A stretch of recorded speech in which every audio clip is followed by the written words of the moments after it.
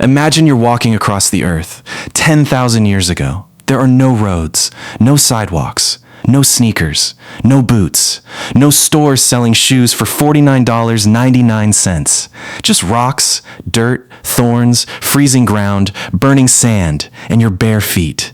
Every step could hurt. A sharp stone could cut your skin. A thorn could become a painful problem. Cold ground could drain heat from your body. And if you're hunting, gathering food, or traveling for hours, your feet have to survive all of it. So eventually, one human had an idea. Not a smartphone, not a wheel, not a computer. Something much simpler. What if I put something between my feet and the ground? And that tiny idea may have changed the way humans traveled across the planet. But here's the mystery. Who invented the first shoe? Was it a hunter? A traveler? A child playing with animal skin? Or did different human communities independently invent footwear because they faced the same problem? The truth is, we don't know.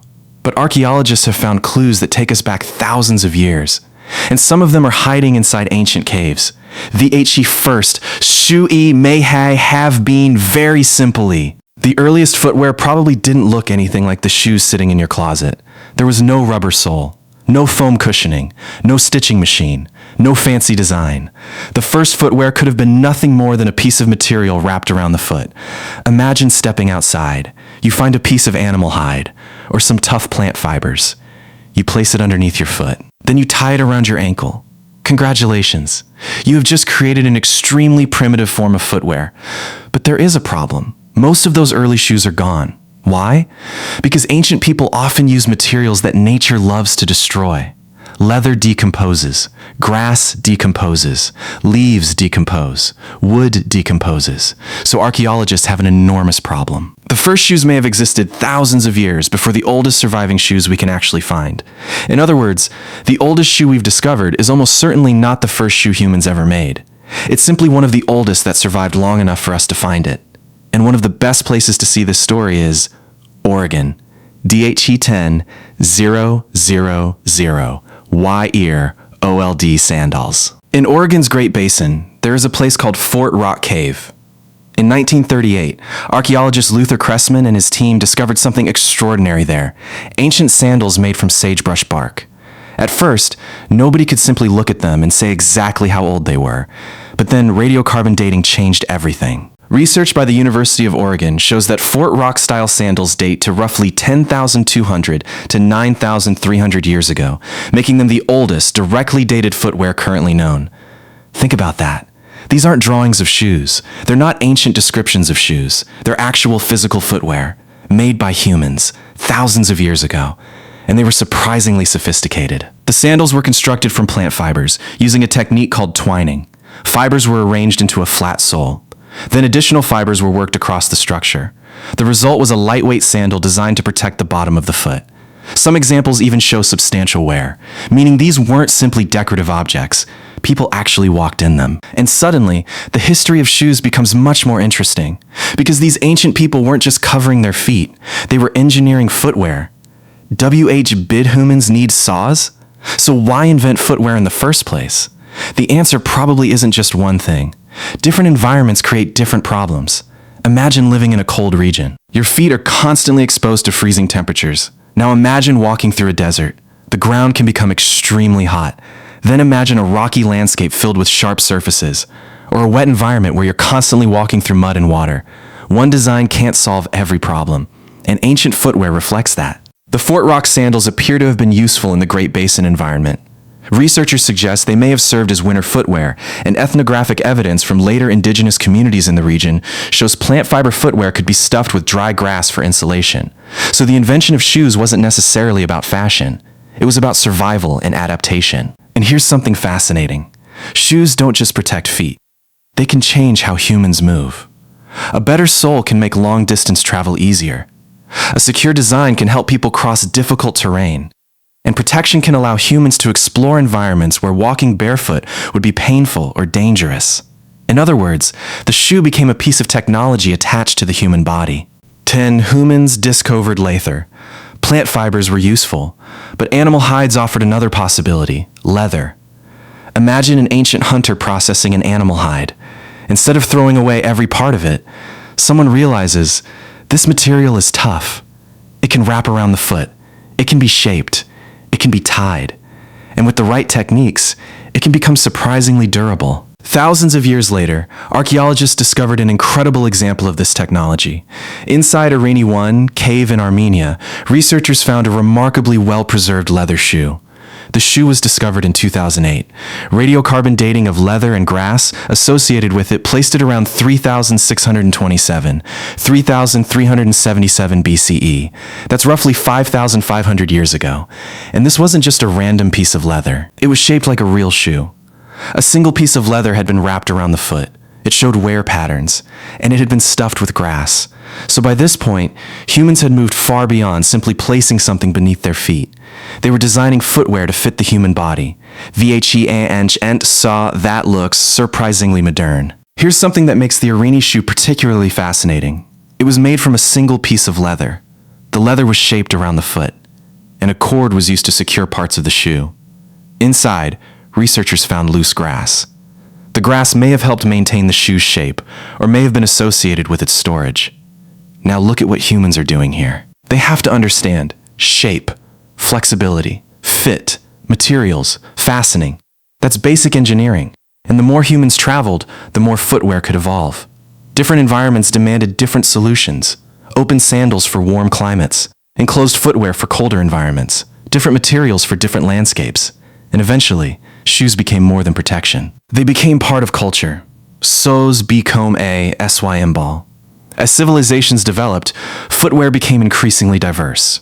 Ancient Egyptians, for example, produced sandals from materials including papyrus and palm leaves. And footwear could also communicate social status. Some sandals were simple. Others were made with more valuable materials. The basic idea was still the same: protect the foot. But humans rarely stop at function. We turn useful objects into symbols. Clothing became identity. Jewelry became status. And shoes eventually became part of fashion. But that transformation didn't happen overnight. It happened over thousands of years. First, protection. Then, comfort. Then, durability. Then, style. And eventually, the modern shoe industry would turn footwear into one of the world's biggest consumer products. But the fundamental problem remained exactly the same as it was thousands of years earlier. How do we protect the human foot while allowing it to move? He, su, had to, evolve, weech humans. Think about what humans ask their feet to do. Walk, run, climb, jump, travel, carry heavy objects, cross mountains, cross deserts, cross ice.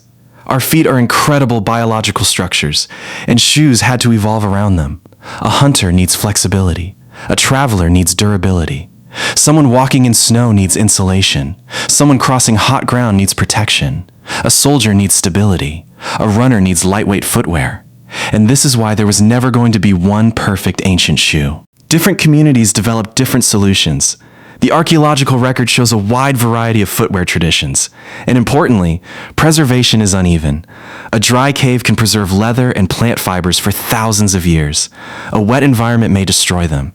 That means our archaeological picture is incomplete. Some ancient shoes survived because they were lucky enough to end up in the right place.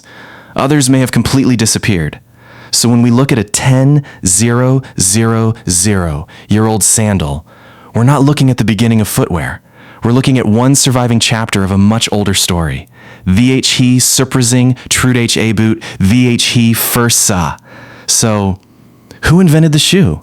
There probably wasn't a single inventor. No ancient version of Thomas Edison stood up and announced, "Ladies and gentlemen, I present the shoe." Instead, footwear was probably the result of countless small experiments. Someone wrapped hide around a foot. Someone else improved the fastening. Another person discovered that plant fibers could make a better sole. Another added insulation. Another changed the shape.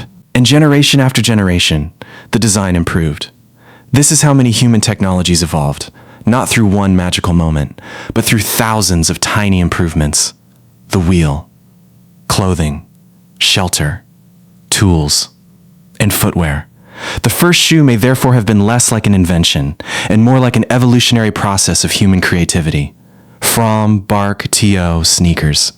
Now look down at your feet. Whatever you're wearing right now, it probably contains materials that would seem almost impossible to ancient humans. Synthetic fabrics, rubber compounds, foam, adhesives, engineered polymers, computer-designed shapes.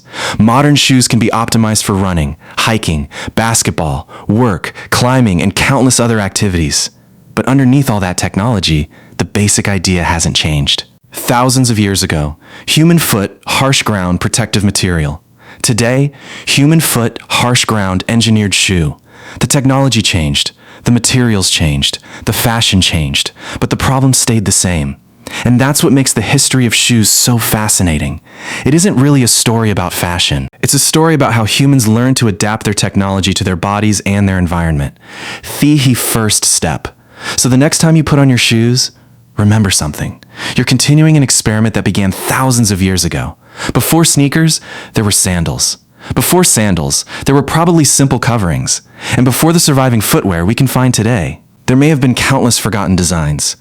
We don't know the name of the first person who looked at a piece of hide or plant fiber and thought, I can put this on my foot.